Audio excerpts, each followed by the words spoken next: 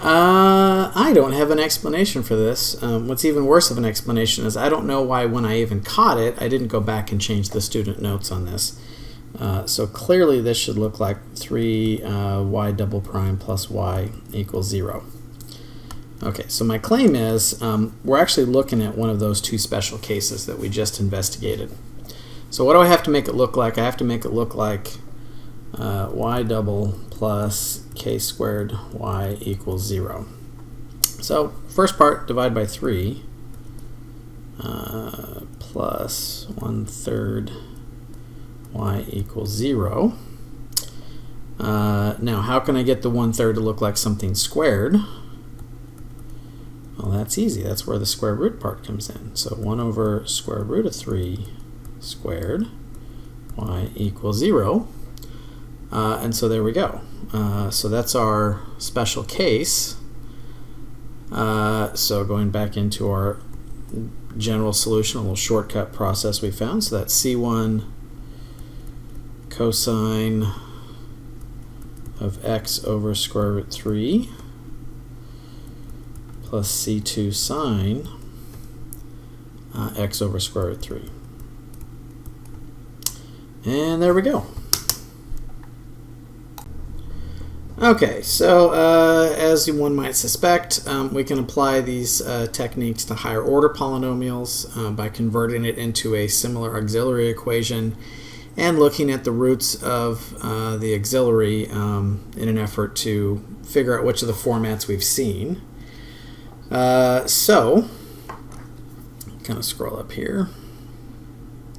Oh, I'm sorry. I want to make one more subtle point. I have it on the screen. I just didn't take time to acknowledge it.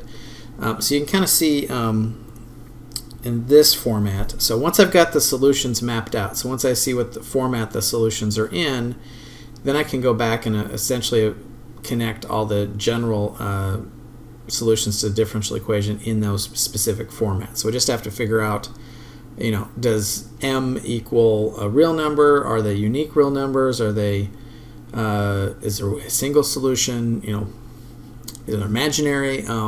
Once I've got that figured out, then I can stick it in the appropriate format, and it's just a collection of all those individual solutions. Okay, so that said, let's jump in here and let's write our auxiliary equation. So our auxiliary equation is 3m cubed plus 5m squared plus 10m minus 4 equals 0. So that's what we're trying to solve.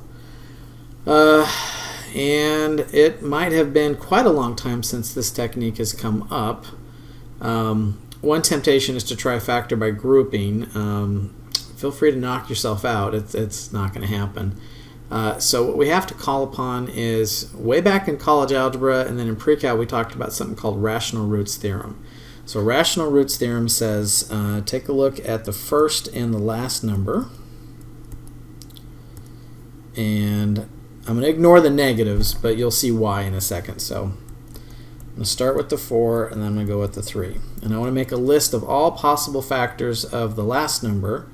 So 1, 2, and 4, and then all possible factors of the first number, which is 3.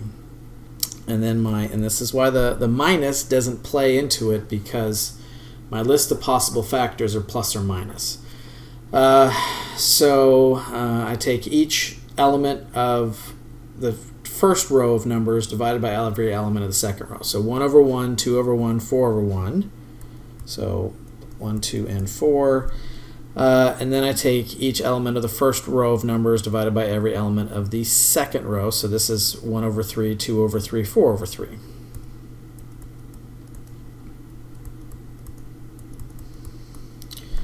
Okay, and then this is where synthetic division comes up, and I essentially play guess and check until I find one of those solutions that works. There were other ideas called Descartes' rule of sign, which help us narrow down whether we're looking at positive roots or negative solutions. That might be fun to remind students. Yeah, that's why not. Let's do that. Descartes is not necessarily, well, you'll see what I'm talking about in a second. So if I look at 3m cubed plus 5m squared plus 10m minus 4, and I'm looking for sign changes. So 3 is positive, 5 is positive, 10 is positive, the 4 is positive, or negative, so there's one sign change right there. So that means there's one positive root.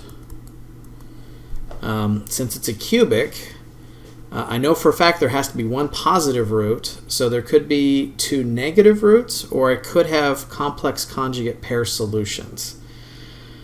So that actually did help, because now I know there has to be a positive root. So when I'm guessing numbers, I want to guess something that's positive. I can completely ignore the negatives. So okay, that was efficient. That was helpful.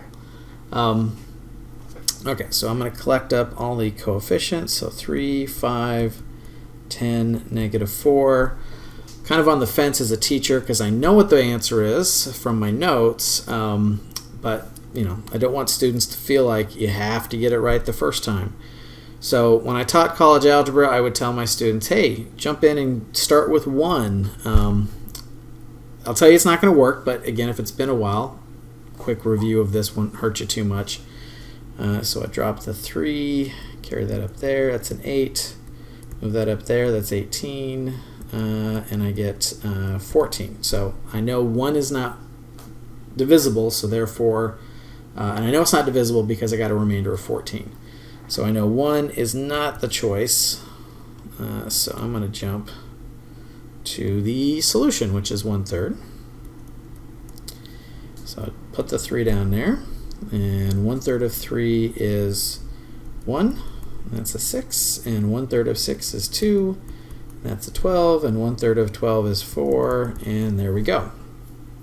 Okay, so what do I now know? I have factored form. I got x minus 1/3, and then the last row of numbers tells me the coefficients of the remaining quadratic.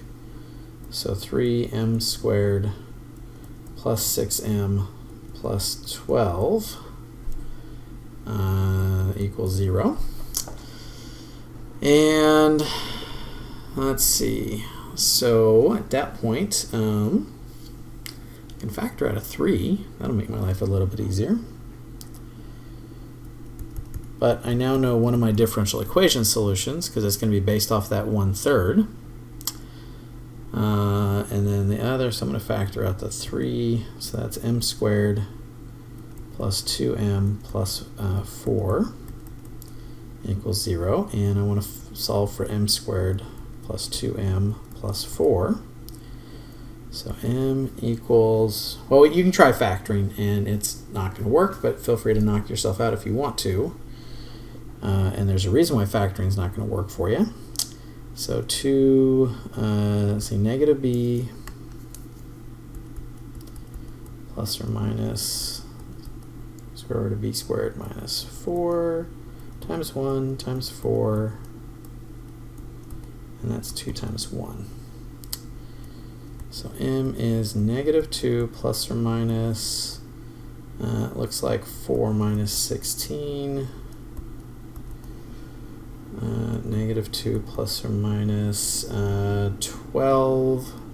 So now there's an I, so 2i square root 3 over 2. So that would be negative 1 plus or minus I square root 3. Okay, so now I know they're complex solutions, and I now know what format they're in. So that gives me one of my solutions, and that gives me my other general solutions. So put that all together. So having a solution of m of 1/3 means I'm dealing with a general format of c1e to the 1/3 x, and then the imaginary solutions give me e to the negative x, c2 cosine square root of 3x plus c3 sine of square root of 3x. And there we go, yay!